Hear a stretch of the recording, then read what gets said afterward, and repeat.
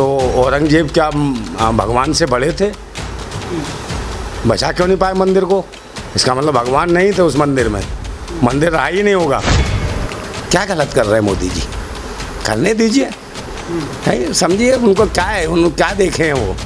जैसे वो आज भी घूम रहे, भ्रमण कर रहे हैं, अपनी धर्मपत्नी को तो एक अपनी बीवी का दर्जा दे नहीं पाए ठीक से। स्थितियाँ तो अपडेट दिख रही है सब लोगों को कि ये भाई पहले जाइए, देश का प्रधानमंत्री वही बनता है कि जो अपनी बीवी को छोड़ दे। वो अगर इतने महापुरुष ज्ञानी है, मोदी जी के पद चिन्हों पर चले अंत वक्त, अपनी अपनी बीवियाँ छोड़ के काम करें, तो देश सेवा करें। तो ये कह रहा हूँ ना, तार्किक जवाब दे रहा हूँ। ज्ञान वापी में कह रहा हूँ, जो ईश्वर है, जो भोलेनाथ है, शिवलिंग है, वो तो शक्तिशाली है। जो शक्तिशाली है, ताकतवर है, वो दबा कैसे रह सकता है? अगर वो होता तो निकल के आ जाता बाहर। पहले क्या कहते थे? जय सिया राम सीताराम, जय सिया राम सीताराम। अरे सिया के बगैर तो राम ही नहीं है। मगर आरएसएस के लोग, ये आरएसएस के लोग जो रंडवे रहते हैं, जो शादी नहीं करते, इन्होंने भगवान श्री राम को भी, जो सिंह जिनको सिया राम बोला जाता, उसको भी रंडवा कर दिया इन्होंने। इनको पता चल जाता कहाँ देवी देवता दबे हैं, कहाँ ये इनकी बड़ी तगड़ी जांच है, कहाँ ज्ञान वापी में है, कहाँ क्या घुसा हुआ है, और इनको चिल्ला रहा है कि निकालो हमको, ये भगवान से ऊपर है। भगवान इनको आवाज़ दे रहा मूर्खों को, समझे नहीं? इनसे अपनी बीवी और पत्नी तो रखी नहीं गई। हम लोग शिक्षा के माध्यम से आगे बढ़ना चाहते हैं। घंटा बजा के नारियल फोड़ के बनेगा क्या कोई जज? परीक्षा देगा तब बनेगा ना जज, है? तो ये लोग नहीं चाहते घंटा बजाएं, विश्वास में घूमें और नागा बाबा बन जाएं, लंगोटी बांध के घूमें, बाल इतना इतना बकीले, हाथ में त्रिशूल ले घूमे। एक तरफ में क्या होगा? गांजे की पोटली, एक तरफ में हुक्का, एक तरफ में शराब, और हाथ में कटोरा भीख मांगने का। तो आने वाला भविष्य भारत का ये भीख मांगने वाला बनेगा कि देश नहीं बिकने दूंगा, देश नहीं लूटने दूंगा। उन्होंने कहा देश नहीं बेचने दूंगा, देश नहीं लूटने दूंगा, देश को बेचूंगा तो मैं ही बेचूंगा, देश को लूटूंगा तो मैं ही लूटूंगा। वही तो काम कर रहा है वो। कौन लोग कह रहे हैं? हिंदू पक्ष के लोग कह रहे हैं कि हमें इजाज़त मिलनी चाहिए वहाँ पर पूजा करने की। कहाँ पर है ये ज्ञान वापी? बनारस में है। बनारस में? अरे भाई ज्ञान वापी बनारस में निकल आई। हाँ।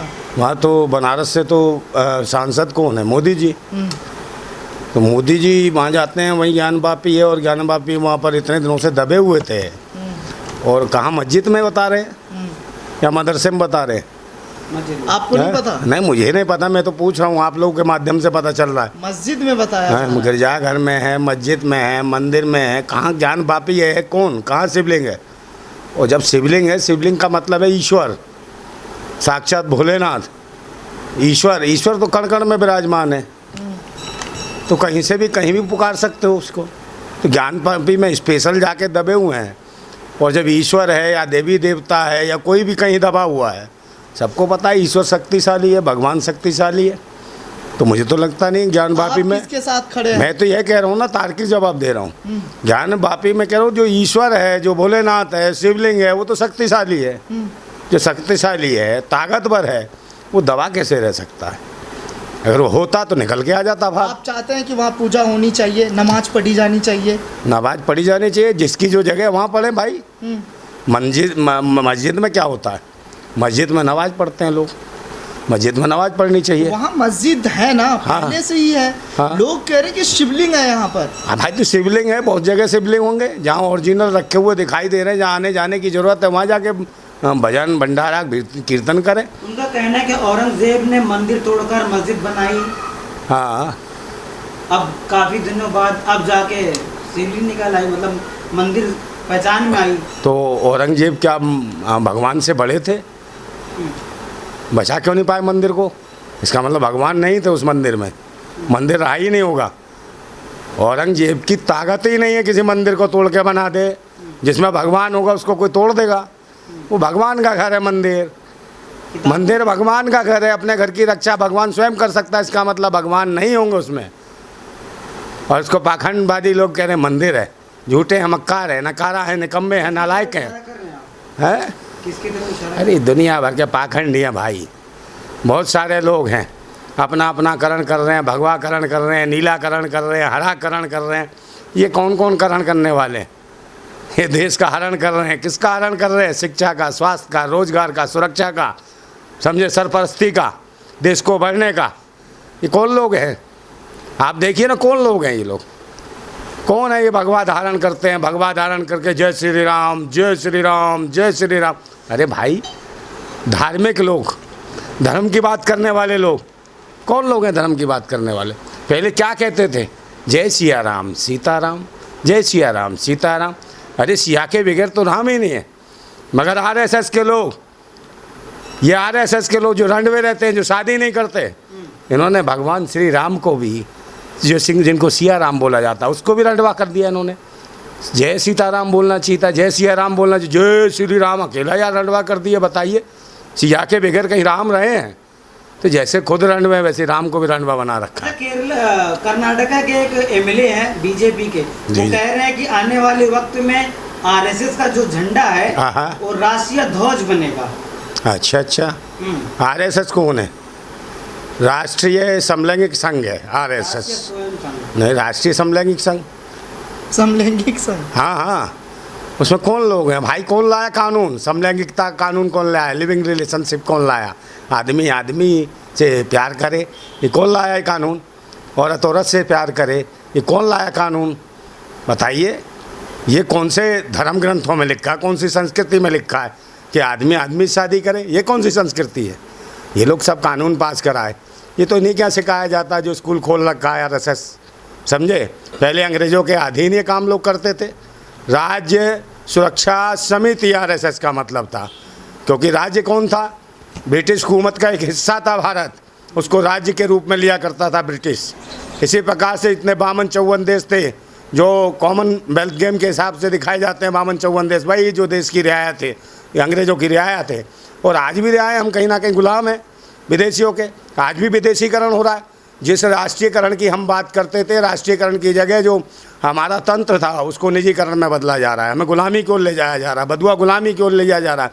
क्योंकि धर्म और मजहब या किसी भी प्रकार के ऐसे जो धार्मिक है, धार्मिकता को कट्टरता में बांध कर उन्माद करके देश का बंटवारा करना चाहते हैं। ये कौन लोग हैं? ये कौन हिजड़े नपुंसक लोग हैं?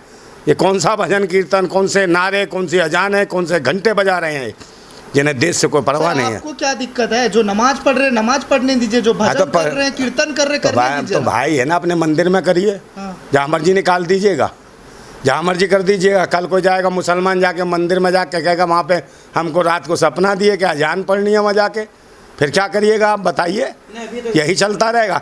एक बात सुन लीजिए, आप मंदिर मस्जिद को छोड़िए, भगवान के ऊपर छोड़िए। जो भगवान की चीज़ों से भगवान देखेगा, अल्लाह की चीज़ों से अल्लाह देखेगा। तुम इंसान हो, इंसान को देखिए। अगर मंदिर टूटता है तो भगवान देख लेगा अपने घर को, मस्जिद टूटेगी तो भगवान देख लेगा अपने घर को। और तुम इंसान लोग अगर मंदिर के चक्कर में चलोगे तो तुम्हारे मकानों के ऊपर बुलडोजर फिर जाएगा, जैसा चल रहा है। मंदिर बन रहा है सर, खुश होना चाहिए आपको। काहे के लिए? मेरे को रोटी देगा मंदिर, मंदिर रोटी देगा। नहीं करते आप? हैं? नहीं करते? नहीं, मैं क्यों पूजा भगवान करता? को मानते हैं आप? मैं किसी भगवान को नहीं मानता। फिर मैं किसी नास्तिक हैं आप? बिल्कुल नास्तिक नहीं हूँ, मैं तो आस्तिक हूँ। मेरी आस्था देशवासियों में, देश में है, रोजी में, रोटी में, रोजगार में, शिक्षा में, स्वास्थ्य में, देश सेवा में, ये मेरी आस्था है। हर महिला में मेरी भारत माता दिखती है, चाहे कोई भी हो वो, किसी धर्म संप्रदाय मजहब की किसी की भी हो, मेरी बहन है, मेरी बहन है वो, समझे नहीं? हमारा धर्म क्या है? हमारा धर्म है रक्षा करना अपने परिवार की, अपनी बहन की, अपनी बेटी की, अपने पड़ोसी की, अपने दोस्त की, अपने मित्र की, अपने क्षेत्र की, अपने गांव की, अपने नगर की, अपने शहर की, अपने राष्ट्र की, और अपने अधिकारों की रक्षा करना ही हमारा काम है, दायित्व बनता है। हम लोग शिक्षा के माध्यम से आगे बढ़ना चाहते हैं। घंटा बजा के नारियल फोड़ के बनेगा क्या कोई जज?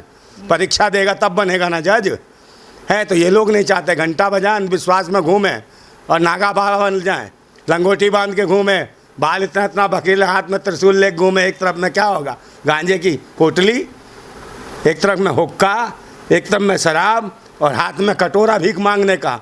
तो आने वाला भविष्य भारत का ये भीख मांगने वाला बनेगा, समझे? देश का इंजीनियर डॉक्टर नहीं बनेगा देश का बच्चा, IPS IAS नहीं बनेगा देश का बच्चा, जज नहीं बनेगा, कलेक्टर नहीं बनेगा, और कहीं जाके दूसरे ग्रहों पर जाके कोई ऐसी पृथ्वी नहीं ढूंढ पाएगा। मगर यहाँ पर क्या गंदगी है। लोग चाहे देखिए, लोग देखिए, अगर मंदिर मस्जिद है तो मोदी जी से कहिएगा इन भक्तों को ले जाए चंद्रमा पे भी साक्षात भगवान शिव का घर है, उनके पीछे देखें आकृति चंद्रमा दिखता है। वो बता रहे हैं कि मेरा जो मंदिर है वहाँ बनाइए चंद्रमा पे जाके। तो इनका बाप क्यों नहीं बनाता है? चंद्रमा दिखता है ना पीछे, वहाँ पर ठीक है, किसी को झुंझुना चाहिए, बच्चे के एक हाथ में झुंझुना पकड़ा दो ना, लाल रंग का, केसरिया रंग का, कहला भाई ये झुंझुना हिंदू का, एक के हमारा ये मुसलमान का है, ये छीन लिए, मैं झुंझुना चाहिए उसको, हरा दो, नीला पीला, कोई भी दो। किस झुनझुने की बात कर रहे हैं, खुलकर बताइए जरा। यही जिसको आस्था कह रहे हैं, आस्था का झुंझुना, आस्था का झुंझुना। कोई बाबा दे देता है आस्था का झुंझुना कोई फकीर दे देता है आस्था का झुंझुना। ये लोग बैसाखियों पे, ये बैसाखियों पर चलने वाले लोग हैं। ये कभी देश धर्म क्या है? धर्म राष्ट्र की सेवा है, धर्म है देश को आगे बढ़ाना। ये विश्व गुरु कहाँ से बनाएंगे? अभी देश शुरू नहीं हुआ, उससे पहले ख़त्म करने पर तो लोग विश्व गुरु बनेगा देश। 5-5, 10-10 रुपया, 100-100 रुपया में हमारे देश की बहनों बेटियों का क्या हो रहा है? क्या हो रहा है? उनका चीरहरण हो रहा है। कहाँ है भगवान? जिनका बलात्कार होता है बहन बेटियों, कहाँ जाता है भगवान? अल्लाह बचाता क्यों नहीं? मंदिर में भी होता, मस्जिद में भी होता, मदरसे में भी होता। कहाँ रहता है अल्लाह? कहाँ रहता है भगवान? उसको लाइए, बुलाइए, उसको दिखता नहीं है। अच्छा, मोदी जी 8 साल का अपना उत्सव मना रहे हैं, क्या कहेंगे? क्या 800 जो जश्न मना रहे हैं, का जो पूरा कार्यकाल हुआ है, उसका जश्न मना रहे हैं। भाई जश्न तो मनाते आए हैं, आधी रात को मनाते हैं, ये भी आधी रात को मना सकते हैं। आधी रात को क्या किया था इन्होंने? जीएसटी लागू की थी, देश की आज़ादी को जोड़ते हुए। क्या हुआ जीएसटी से? नोटबंदी आधी रात को की थी, क्या हुआ? बोले 50 दिन दे दो बहनों और भाइयों, 50 दिन दे दो, नहीं मेरी गर्दन काट देना। कौन काटेगा भाई गर्दन? कितने दिन हो गए? क्या फ़ायदा मिला नोटबंदी से? क्या फ़ायदा मिला जीएसटी से? समझे? जीएसटी के नाम पर कहा था देश के सारे टैक्स खत्म हो जाएंगे, जीएसटी लग जाएगी। 38-39 टैक्स थे भाई, जीएसटी भी जो कहता हूँ, वैट भी जो कहता हूँ, सब कुछ लगा हुआ, देश को लूट रहे हैं। 100 रुपया कमाते हैं, 60 रुपया ही लूट लेते हैं। डकैत, मैं आपको पहले ही बताया डकैत है। और जो चाहे वो मेरे ऊपर मुकदमा कर दे, मैं डायरेक्ट बोल रहा हूँ, क्रांतिकारियों को डरने की ज़रूरत नहीं है। ना हम धर्म से डरते, ना मजहब से डरते, ना अल्लाह से डरते, ना भगवान से डरते। हम ईमानदार हैं, सच्चे हैं, राष्ट्रभक्त हैं। हमें डर लग रहा है कि देश कहीं बिक ना जाए, देश को बचाना है, हम इससे डर रहे हैं। अल्लाह और भगवान से डरने लगता। कहते तो थे ना कि देश नहीं बिकने दूंगा। देखिए भाई, उन्होंने कहा कि देश नहीं बिकने दूंगा, देश नहीं लूटने दूंगा। उन्होंने कहा देश नहीं बेचने दूंगा, देश नहीं लूटने दूंगा, देश को बेचूंगा तो मैं ही बेचूंगा, देश को लूटूंगा तो मैं ही लूटूंगा। वही तो काम कर रहा है वो। क्या गलत कर रहे हैं मोदी जी? करने दीजिए, है समझिए उनको क्या है, उनको क्या देखे हैं वो। जैसे वो आज भी घूम रहे, भ्रमण कर रहे हैं। अपनी धर्मपत्नी को तो एक अपनी बीवी का दर्जा दे नहीं पाए ठीक से। स्थितियाँ तो अपडेट दिख रही हैं सब लोगों को कि ये भाई पहले जाइए, देश का प्रधानमंत्री वही बनता है कि जो अपनी बीवी को छोड़ दे। वो अगर इतने महापुरुष ज्ञानी है, मोदी जी के पद चिन्हों पर चले अंध वक्त, अपनी अपनी बीवियाँ छोड़ के काम करें, तो देश सेवा करें। दिया ना सर, तो देश हित में भाई अंधभक्तों को भी छोड़ देनी चाहिए बीवी, अपनी बीवी छोड़ देनी चाहिए। जिनकी बीवियाँ अंधभक्तों की, उनको भी छोड़ देनी चाहिए। शायद वो भी कहीं ना कहीं के प्रधानमंत्री बन सकते हैं। समझे नहीं? झूठ बोलना चाहिए कि हम चाय की दुकान किए, हम ये किए, हम वो किए। चाय की दुकान करने वाला 4 साल का बच्चा कच्चे बनियान में आरएसएस में लेफ्ट राइट करता है क्या? आप मुझे बताइए। हैं ये रईस लोग हैं, ये नौटंकी लोग हैं। आज भी फिल्म बनाता है, समझे नहीं? ये डॉक्यूमेंट्री फिल्म बना के देश के सामने पेश करते हैं। भाई ये देश को फ़ायदा देना है। इनको पता चल जाता कहाँ देवी देवता दबे हैं, कहाँ ये इनकी बड़ी तगड़ी जांच है, कहाँ ज्ञान वापी में है, कहाँ क्या घुसा हुआ है, और इनको चिल्ला रहा है कि निकालो हमको। ये भगवान से ऊपर हैं, भगवान इनको आवाज़ दे रहा मूर्खों को। समझे नहीं? इनसे अपनी बीवी और पत्नी तो रखी नहीं गई। सब काम देश हित में हो रहा है ना सर, देश हित में कुछ बनाने की तरफ बढ़ रहा है। देखिए ज्ञान वापी और इन सब की, और ये जो देवी देवता खोज रहे हैं, जांच कर करके निकाल रहे हैं हर जगह। जांच किसकी होनी चाहिए? किसकी होनी? जांच होनी चाहिए। पठानकोट में जो जवान शहीद हुए बिना लड़े, किसने मरवा दिए, उसकी जांच होनी चाहिए। उरी में जो जवान शहीद हुए उनकी जांच होनी चाहिए। पुलवामा में जो शहीद मारे गए 350 किलो IDX कहाँ से आई? आज तक ये कुत्ते और सूअर के बच्चे नहीं बता पाए हैं कि वो शहीद कहाँ से हुए। आज उनसे पूछिए, उनके बच्चे, उनकी माताओं से पूछिए, जो गांव से, जो किसानों के बच्चे जो 4 बजे सुबह उठ के खेतों की पगडंडियों पर दौड़ा करते थे कि हम देश की सेना में भर्ती होंगे, देश के लिए लड़ेंगे, देश के लिए बलिदान देंगे, वहाँ दिखाएंगे अपना जौहर। और जब सुबह 4 बजे दौड़ लगा के आते तो उनकी माँ गाय और भैंस का दूध निकाल के रखती थी, ले बेटा देश की रक्षा करेगा। पूरा पेट भर के इसको दूध पिलाती थी कि बेटा ऐसे नहीं, लड़के आना है, मेरा भी दूध का कर्ज चुकाना है और ज़मीन का भी।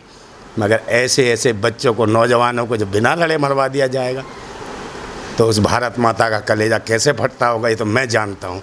से पूछिए हिंदू मरा कि मुसलमान मरा, वो बताएगी मेरा बेटा मरा है, उसका बेटे को न्याय चाहिए।